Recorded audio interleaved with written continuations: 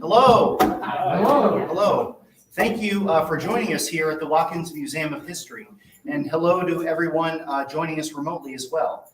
On that subject, a housekeeping tip, be wary of these cords on the floor up front if you're walking about, like afterward, getting your books signed.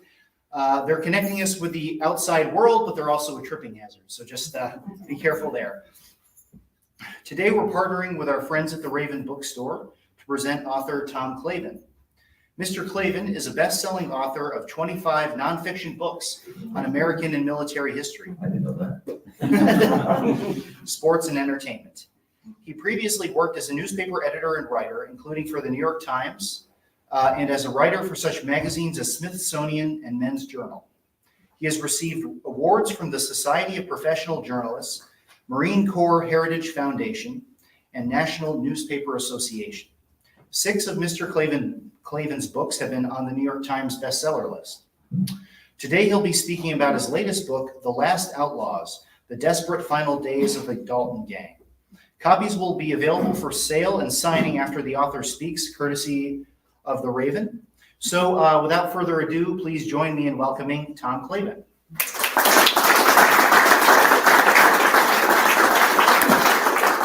Thank you very much. Thank you, everybody, for being here. Thank you to the Watkins Museum. Thank you to Raven Books. I appreciate it. And especially all you folks that came out to so many other things to do at 6 o'clock, but you came out to see me. Thank you. There were 15 Dalton children, and they were born from the late 1840s. The youngest one, Emmett, was 1871. And the success story was one of the older brothers was Frank Dalton, because he became a deputy U.S. Marshal, a very respected one, a very effective one. And I'm going to read a short excerpt because this is a pivotal moment in the Dalton family, because he was very proudly setting an example for his brothers to follow of being lawmen, being law and order people. And on this particular day, I think it was 1887, he had just come back from rounding up a whole bunch of outlaws and bringing them to Judge Parker's court, Fort Smith. And he was waiting to see if he'd get another assignment. He was camping out, and as he was camped out this particular morning, another deputy sheriff named Cole showed up and said, "I have a warrant here for a man named Smith. Probably not a big deal, but would you just come along and just help me out in case there's any trouble?" So Frank decided to do that. So just one of these, so a short excerpt. Frank took pride in his appearance and thought it made for a more effective lawman. As David Allen writes in the Dalton Boys, it didn't hurt any that Frank looked the part, just like the heroes on the covers of dime novels. Tall, lean, and handsome, with the steely-eyed gaze of a man who had seen it all, Frank wasn't afraid of anything. His suit was always clean and neat, and his tall boots were always polished. On his head, he wore a neat gray hat with a short, rounded crown and a flat, narrow brim. The 2 lawmen tried to stay warm as they rode through the late autumn landscape of leafless bushes and trees and abandoned logging camps. They finally arrived at a clearing containing a structure that was half logs and half tent. A woman was tending the campfire in front of it. When Frank Dalton and Jim Cole paused to study the scene, the woman walked into the tent cabin. The 2 men eased close to the campfire, then dismounted. They drew Winchesters out of the saddle holsters and strode toward the tent cabin, Cole circling so there was one lawman at the front and the other at the back. He used the tip of his rifle to push aside the tent flap. The barrel was grabbed from inside. Cole tried to back away. As he did so, the woman emerged, the end of the barrel clutched in one fist. She began shouting at him. Hearing the commotion, Dalton stepped around to that side of the cabin. Dave Smith came up behind the woman. He too held a Winchester. Seeing Dalton, Smith shot him in the chest. As the wounded lawman staggered off, Cole backed away, jerking his rifle free and accidentally firing. But he also tripped over a tent rope and fell to the ground in a sitting position. Smith turned and fired at him too, hitting the deputy marshal. Cole wasn't dead, but Smith thought he was, so he went after Dalton. By this time, 3 other men had run out of the cabin. One kept going, while the other 2 ducked back inside. Cole saw Smith lower his rifle as though Dalton were on the ground. Smith pulled the trigger a moment before Cole raised his Winchester and shot him. Smith fell face down. From inside the cabin came the sound of a gunshot. Not waiting for an explanation, Cole got up, fired again, this time at the tent cabin, and began to run away. From behind him, he heard a woman wail, "Lord of mercy, I'm killed." Cole kept running. You ever wonder how it is in like Westerns and stuff? People announce that they're dying or they're dead. Kind of convenient, I guess. It doesn't leave any doubt to the matter. He took cover behind a thick tree at the edge of the clearing. From there, he and a gunman inside a cabin exchanged shots until Cole ran out of ammunition. Apparently uninjured was the woman who had been first seen at the campfire, who was now back outside and shouting incoherently. To Cole, there was nothing else to be done, and he could not tell how badly he was wounded. Scurrying from tree to tree until he thought he was out of danger, Cole went to find his horse. He would hurry to Fort Smith to get help. Miraculously, Frank Dalton was not dead. Dave Smith was. Cole had shot true. Now emerging from the cabin was a teenage friend of Smith's named Will Towerley. He held a pistol but stuck it in his pants and picked up Frank's Winchester. Towerley wandered over to a tree stump behind which Frank had taken cover. Seeing the tall boy looming above him, Frank managed to rise up on one elbow and pleaded, "For God's sake, don't shoot. I'm already a dead man." Towerley considered them convenient too. Towerley considered this for a few moments and casually pulled the trigger. Hit, Frank collapsed. Towerley stepped closer and shot the deputy marshal in the head. Satisfied finally, he went and got his gear out of the tent, marched to a small pen, saddled up one of the horses inside of it, and rode away. When they felt it was safe to do so, several nearby residents approached the tent cabin to assess the carnage. The woman who declared herself dead had told the truth. She would be identified as the wife of Leandro Dixon, who was also inside the cabin and wounded in the shoulder. He was the brother of the woman who at some point had stopped shouting and was now identified as the recently widowed Mrs. Smith.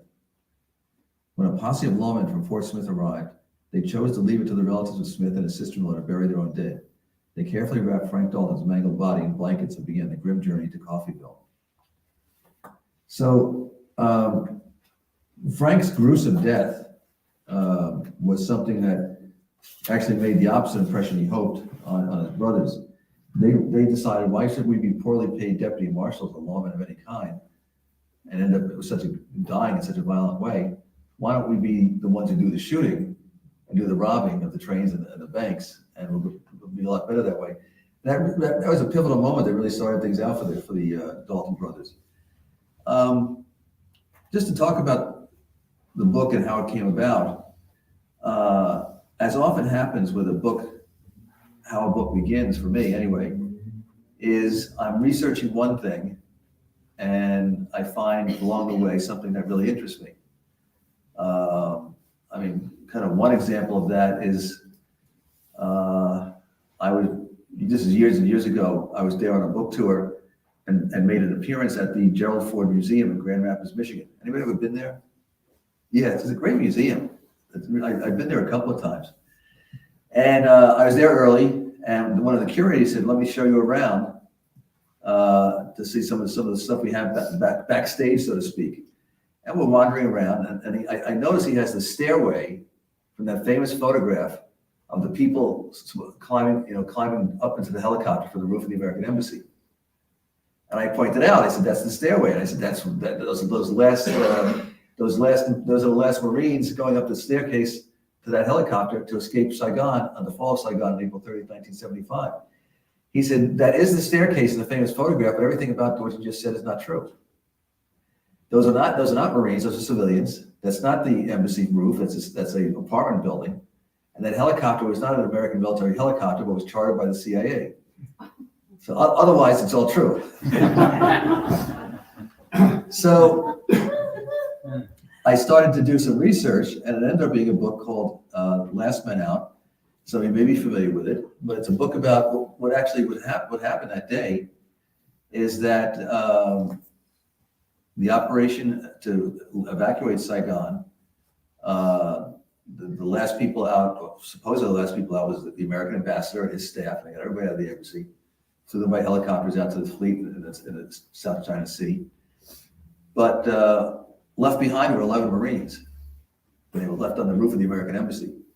And so the story of Last Men Out, which originated when I was looking for something else, is the story of those last men out, the 11 Marines, how they made it out, what their experience was like those last 24 hours, what it was like that dawn of April 30th, 1975, when they're on the embassy, and they're looking out and they're seeing coming across the bridges into Saigon, 150,000 North Vietnamese troops and tanks.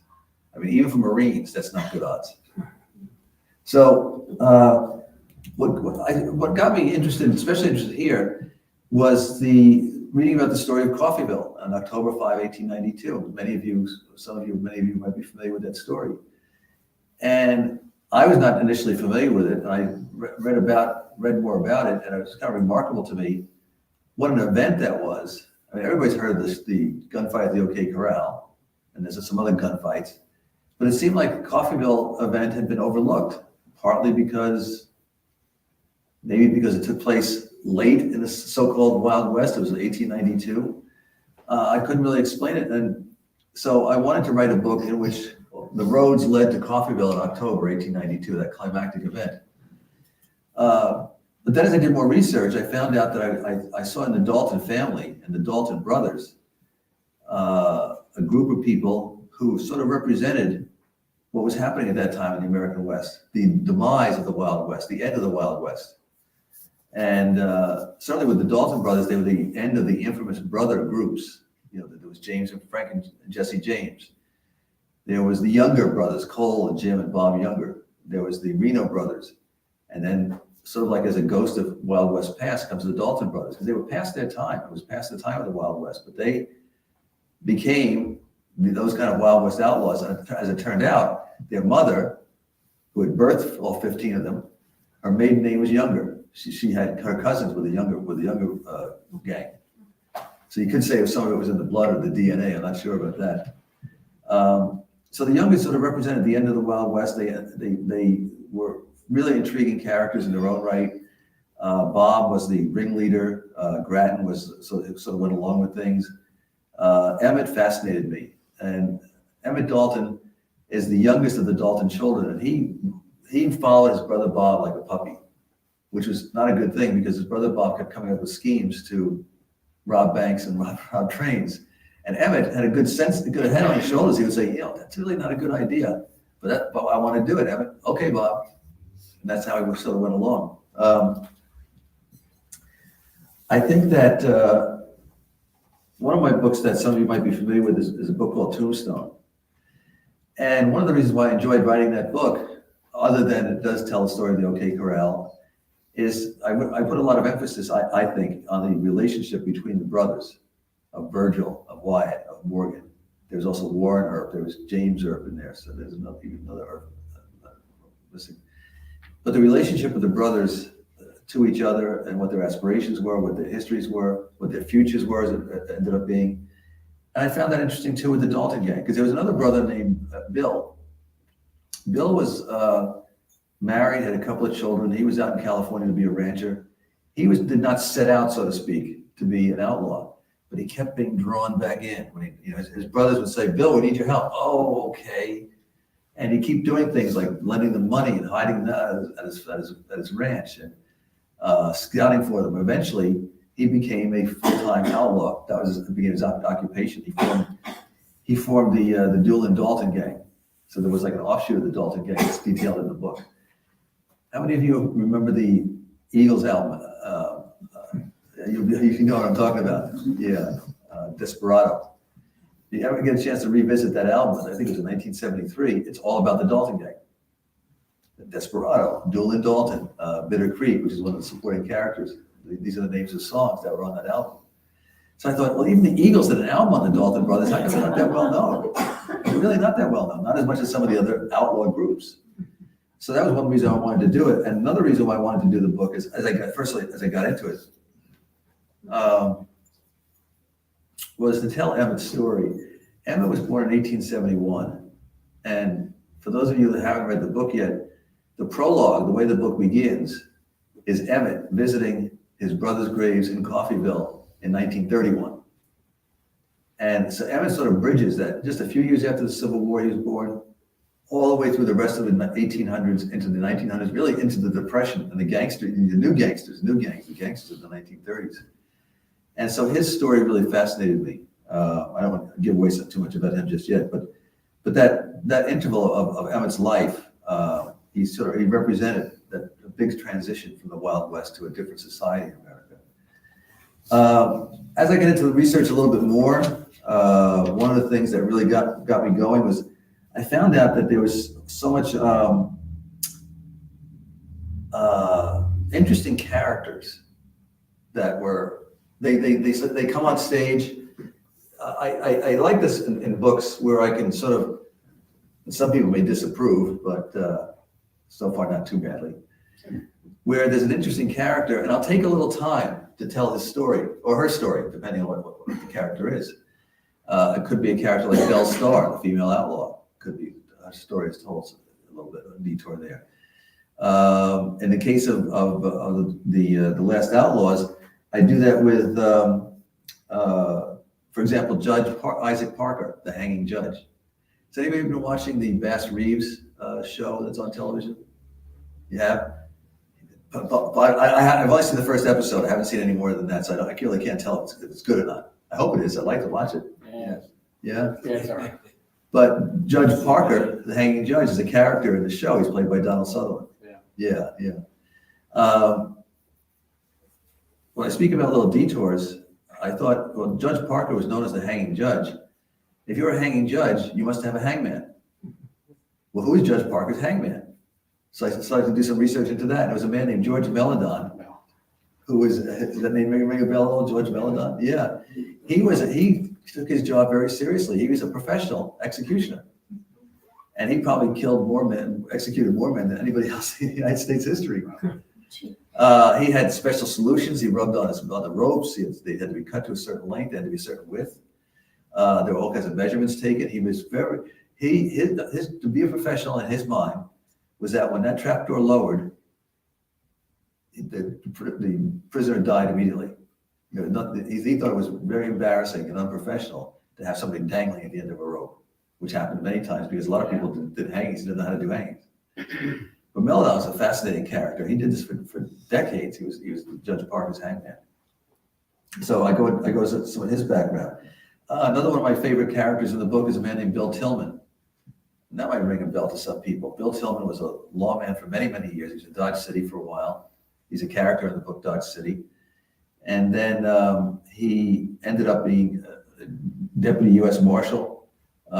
He had years and years as a lawman, and he retired to become a film director. And there actually, you can find, there's still, some of them have been really bad shape, but there are silent westerns that Bill Tillman, former lawman, directed. And he'd take these films and he'd go around the country with them and he'd do showings, he'd charge 50 cents a head or whatever, come in, and a lot of these films were based on his own experiences, or so he said. So he'd give lectures and people would be happy to see, wow, that's Bill Tillman. That's him on screen. That's him right there. Let's ask him questions. Unfortunately for Bill Tillman, at the age of 70, he decided that he missed being a lawman, so he became a lawman again and got shot. Should have stayed in a less dangerous Hollywood. There's a woman there's a couple of female characters in the book. One is called Eugenia Moore.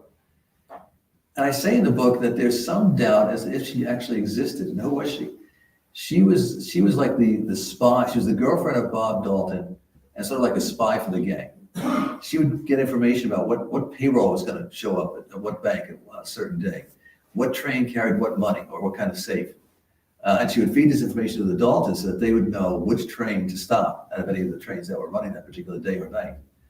But there's some doubt. There's some historians who say she never even existed. She was just made up. But I think there's enough information about her just that she did exist. There's a couple of other characters, Cattle Annie and Little Breeches, and they were teenagers who decided to join the gang, and just for a lark, they like getting in trouble. Well, they both eventually got arrested. And for any of you who are aficionados of Westerns movies, and I'm sure a few of you in the audience are, there was a movie made, Cattle Annie and Little Breeches, back in the early 80s, I'm going to say. It's one of Burt Lancaster's last movies. He plays one of the Dalton Gang. And the two girls are played by Amanda Plummer and Diane Lane. It's a good movie. And it really is sort of like that feeling of an elegy to the waning of the Wild West. So there's a real good atmosphere to it. One of my, possibly my favorite, other than any of the Daltons themselves, I think my favorite character in the book is Heck Thomas. Does that name ring a bell for anybody? Heck Thomas? I'm glad because he was one of the second of the three guardsmen, wasn't he, Heck Thomas, Heck Thomas, Chris Madsen, and Bill Tillman were the three guardsmen of Oklahoma. Yeah. Now, Heck Thomas, from what I understand from doing some of my research, to get some kind of idea or image of him, he was the person for whom Rooster Cogburn was modeled after, from True Grit. And there's even a scene early in True Grit. I think it's when you first see the Rooster Cogburn character. I don't know if this is true in the Jeff Daniels version. Not Jeff Daniels, Jeff Bridges. But you see John Wayne, and he's got this wagon load of prisoners he's delivering to Judge Parker's court. Well, that's what Heck Thomas did. He would go out for weeks at a time. He'd have all these arrest warrants. He'd track these guys down, put the cuffs on them, load them in a wagon, and by the time he got back, 8 weeks later, he had 40 guys in a wagon that he had personally arrested. He was a lawman's lawman. He was the deputy U.S. Marshal for Judge Parker for many, many years. And he was a fearless guy. He had all kinds of adventures. He got wounded like 5 or 6 times. He was all kinds of gun battles. He became very, very good friends with Bill Tillman, for example. They were the three guardsmen of Oklahoma.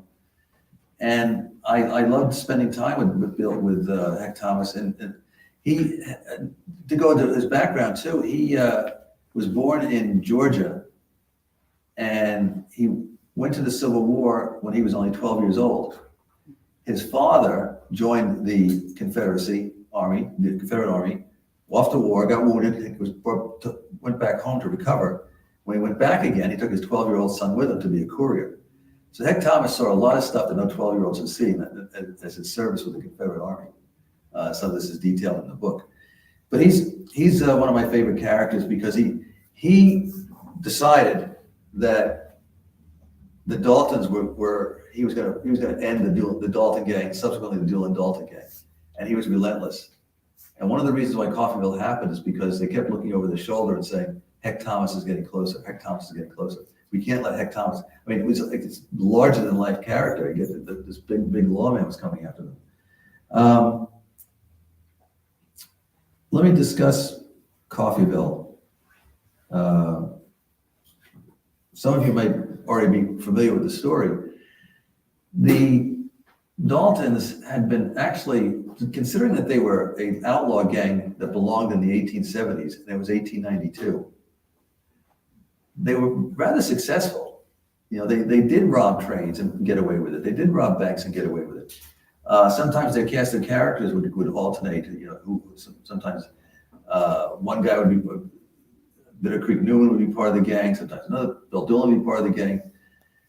But the basic core, the Grant, Bob, and Emmett Dalton were the same, and they were pretty successful. However, one of the downsides about being an outlaw is that you go through money pretty fast.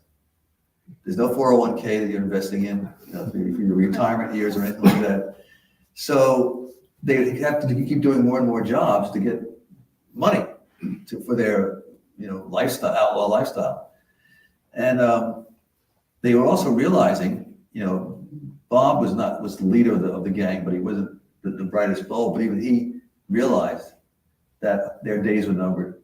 And this is where we really see, I think, the changing of the frontier, what was the Wild West, is that it was harder and harder for somebody to commit a crime, to rob a bank or rob a train and get away with it. There was simply more lawmen. There were more lawmen who were full-time, not like maybe 20 years earlier where, hey, Joe, I know you're a rancher, but we need a sheriff, so you're the sheriff. You know, part-time people, untrained people. There's a Pinkerton National Detective Agency.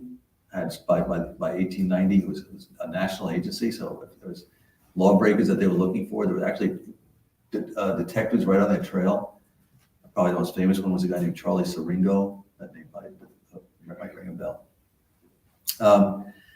So Bob realized that we the Dalton brothers, our days are numbered if we keep doing what we're doing. So how about we have one last big score, and we're going to then take our money and we're going to disappear.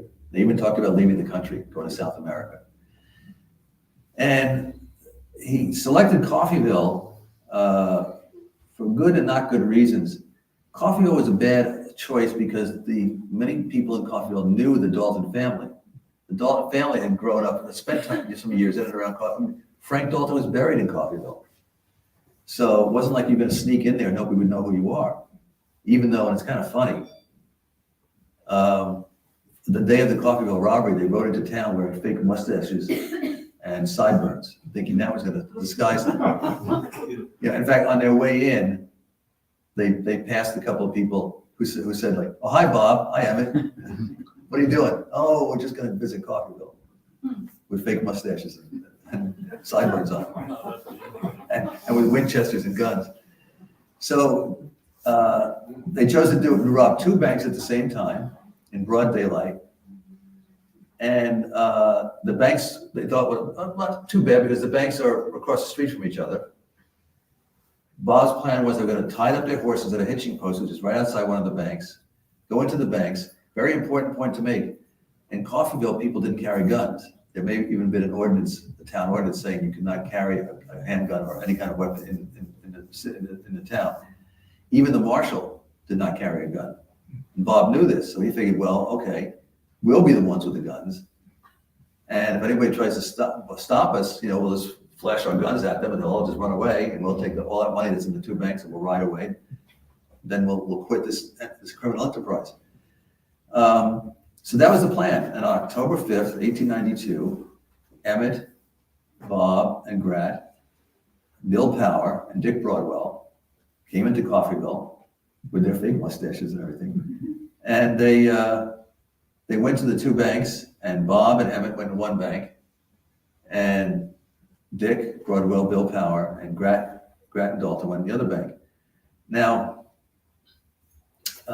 it was a very big shock to the bank employees and a few unlucky patrons who were there. It was sort of like the Wild West. I mean, the West had passed Coffeyville by a long time ago.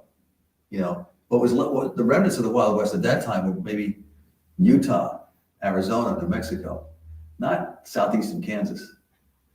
So to have these armed men come in and say, we're robbing the bank, it was a shock. Like, what are we in 1880? What are you guys doing here? You gotta be kidding me. And, but they were genuinely scared. They did not expect this, so when they got up in the morning and went to work. They tried to delay things, slow things down. Something very important about, I should point out, we know what the FDIC program is now. If your bank goes under, you get reimbursed. There was no FDIC program in 1892. If your bank got robbed, that was your money that got taken. There was no recourse after that. So it's important to keep in mind for what happens. Grat Dalton, who is definitely a dim bulb, in the other bank, he goes in there and he says, open that vault and give us what's in there. Now, the vault was open. It had been open since 9 o'clock, and this was about 9:25. But the quick thinking cashier or bank employee says, it's on a timer, won't open for another 20 minutes. Instead of testing it, Grat says, okay, we'll wait. So they're waiting in there, and meanwhile, what's happening is that people are going about their business in Coffeyville, and they're happening to glance in the bank windows, and they see guys with guns in there.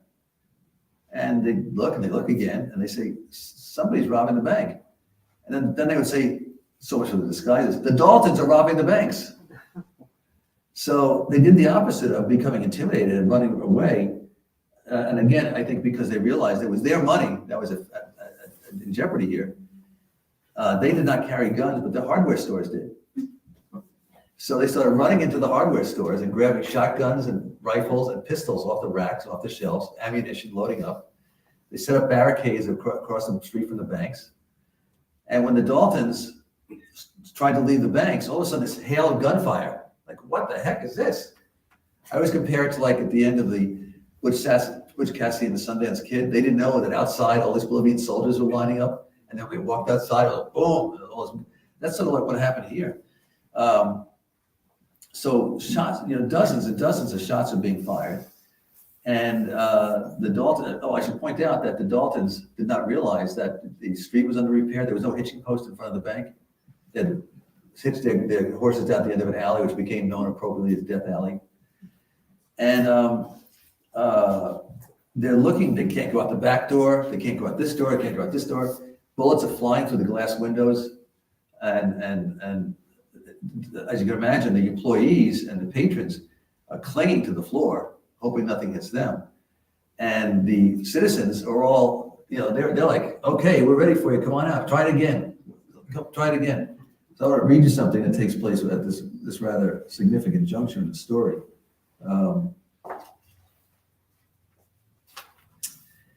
The citizen defenders of Coffeyville had gone out on tops of buildings and spread to alleys and back lots, while others stood boldly out in the street. As they waited for Bob and Emmett to make another appearance, they targeted the Condon Bank. Bullets from pistols, rifles, and shotguns blew holes in the plate glass windows. Bill Power and Dick Broadwell got busy, each firing their rifles at citizens outside the bank. It would later be estimated that just the men behind the barricade in front of Boswell's fired about 80 shots into the building. That firepower was hard to avoid. The customers and bank employees on the floor managed to do so, but Power did not. He cried out that he'd been hit and couldn't use his arm to shoot any longer.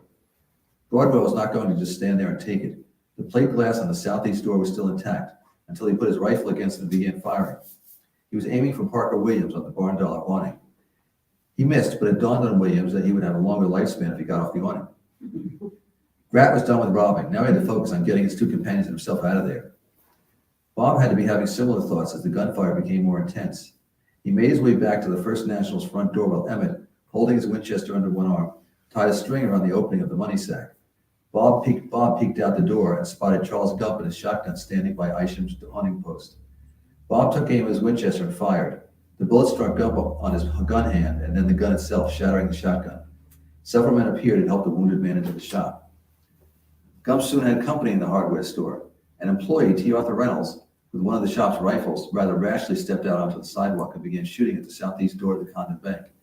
A bullet sent by one of the outlaws found Reynolds' foot. He too was hauled into Isham's. It was obvious now that going out the front door was a very bad idea. Bob and Emmett ordered Shepard, as one of the bank employees, to open the back door of the First National for them, and they headed in that direction.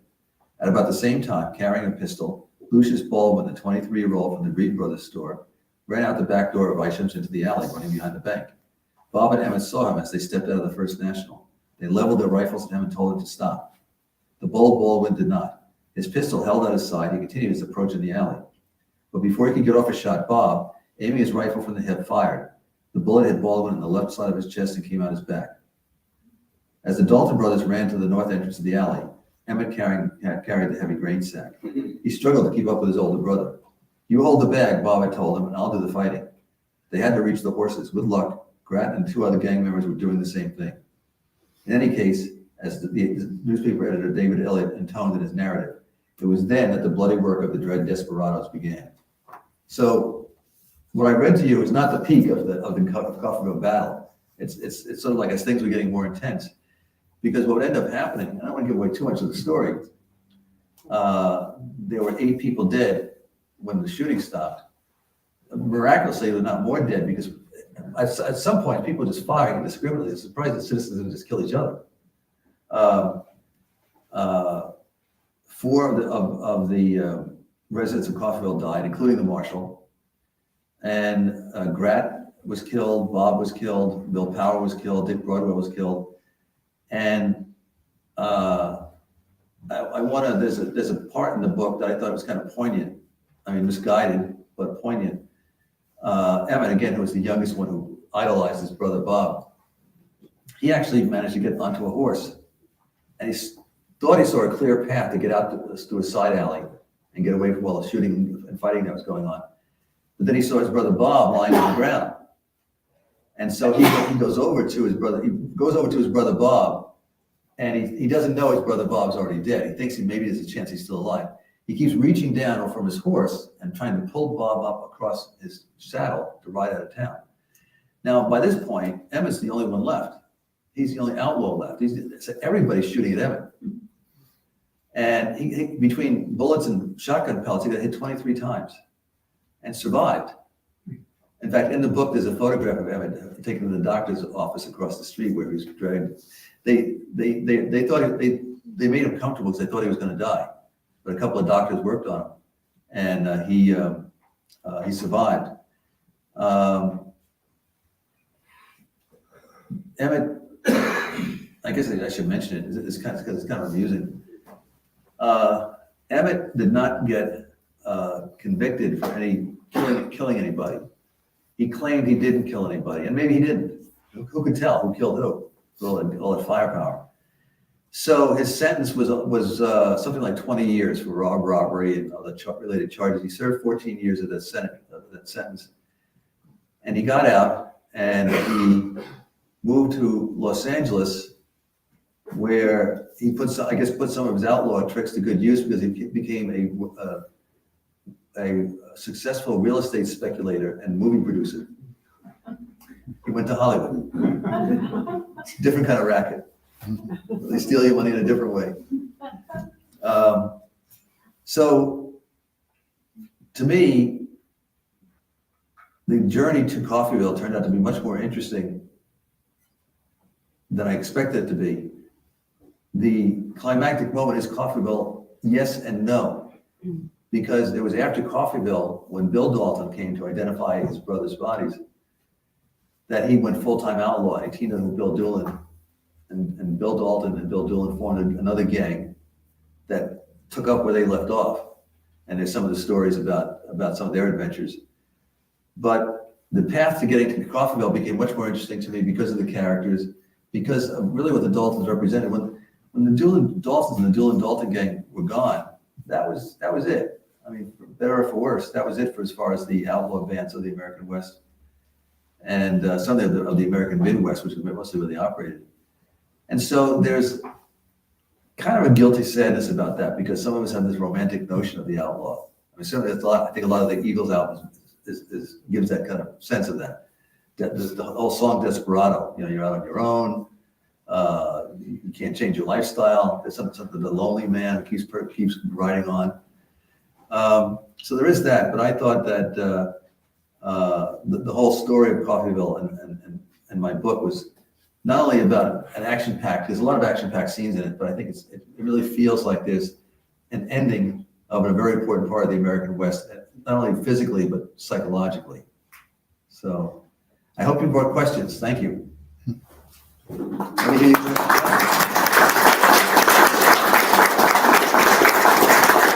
Ask me about anything, my tax returns, anything. Yes, sir. As part of your research, did you come across anything interesting from out in Meade, Kansas, with the Dalton Gang hideout or anything like that? Well, there are the Dalton Gang spent a lot of their hiding out time in Oklahoma. They did some of it by necessity. They hid out in Kansas, but Oklahoma was a very friendly environment for them. So the terrain, some people who knew them, it was definitely less. Oklahoma was less civilized than Kansas. Kansas had more upstanding citizens and more lawmen. So mostly the hideouts that they occupied could be found in Oklahoma, and they're talked about in some detail in the book. Yes, more, please. Here's your big chance. Was Yes. all the money recovered? Yes, the money was recovered. Most of the money was recovered. As you can imagine, with all the shooting going on and the Daltons being hit numerous times, some money was flying out of the bags and stuff like that. Supposedly, for years afterwards, there was people with finding dollars in their, uncle's drawer and grandfather's attic. So most of it was recovered. Some of it became souvenirs. Did you visit the museum in Coffeyville? I didn't get to visit the museum because when I first started doing the research for this book, it was the pandemic. And that's when I wanted to go, and I couldn't go, and there was closed. Gotta go. I know, they could close. I'm glad you brought that up. I should give a plug to the museum because I dealt with the people there, and they've been very helpful to me. It's a terrific museum. And also, the first week in October every year, whatever weekend is closest to October 5th, is Dalton Defender Days, where they reenact the Coffeyville events. I was always enamored by that. And see, my grandparents, my dad was raised in Elk City. Uh-huh. And went over there the first time when I was very young.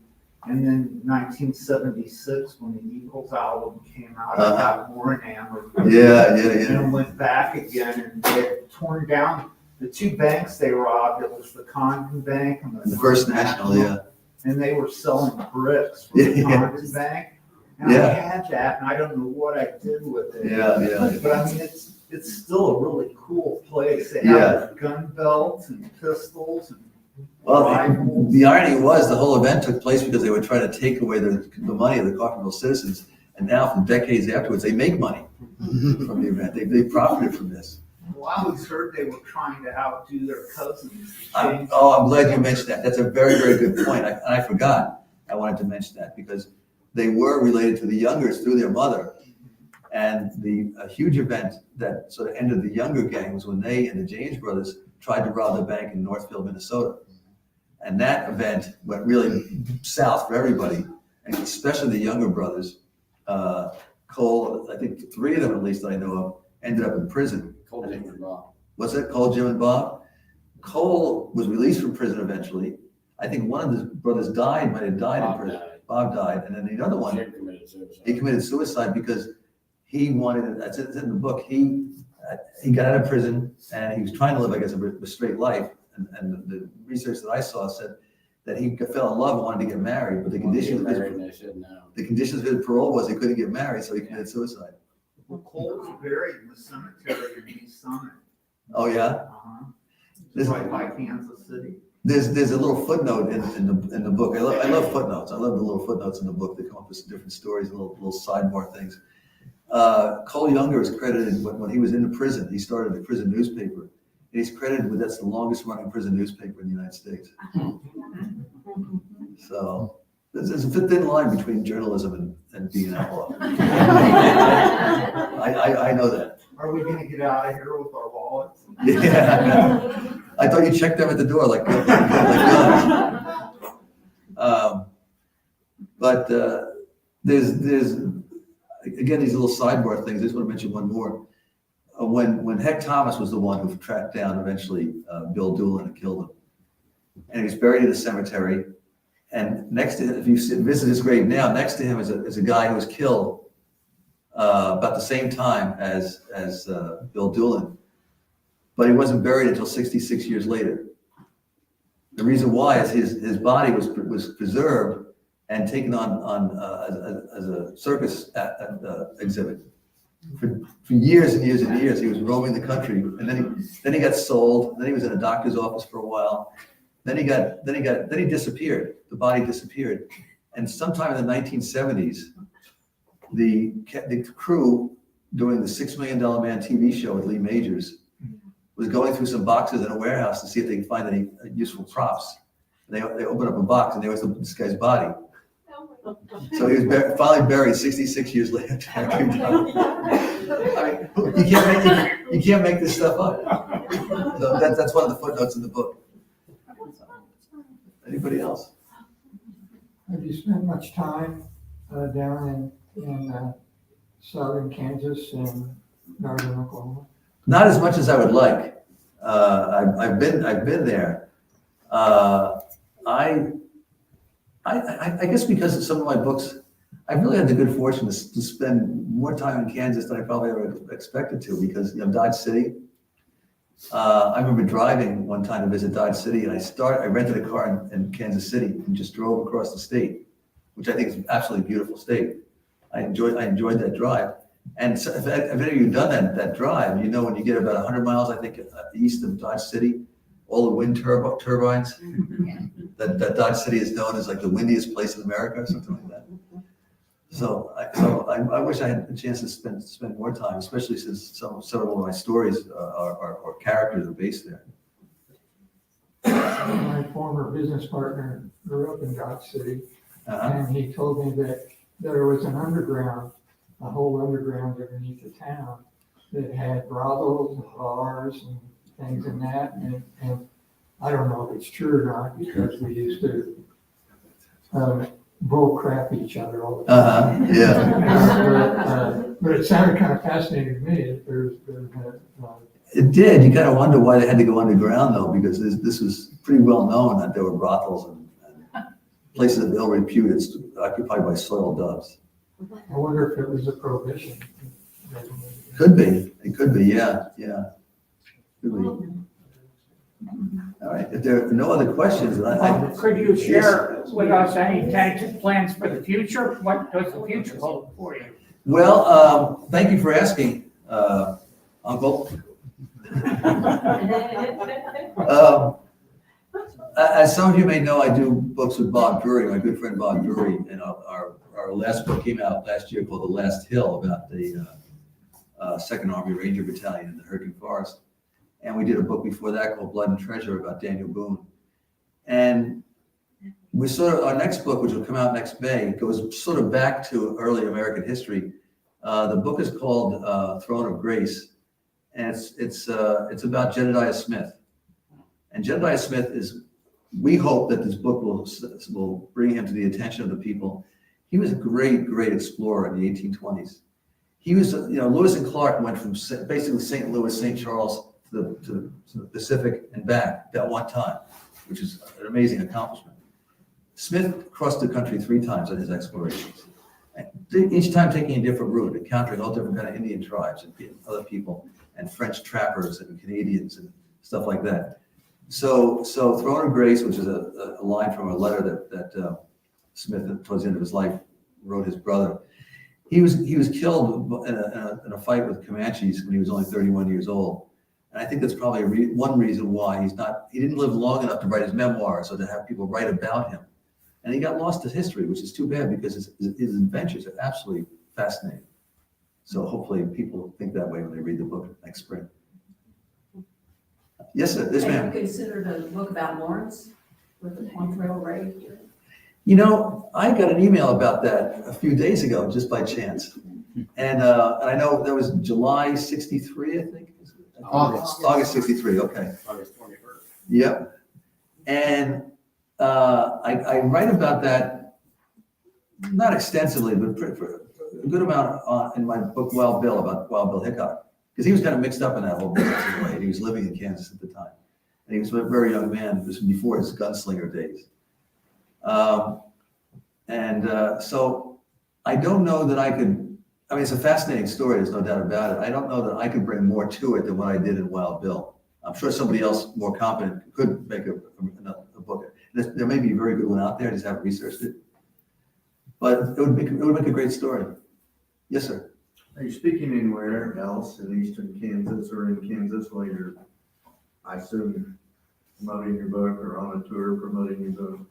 No, I have to, I was in Atlanta on Monday, which was kind of fun because there was I was giving a talk and there was a woman who was sitting right over there, and I asked for questions. She said, I was born and raised in Coffeyville.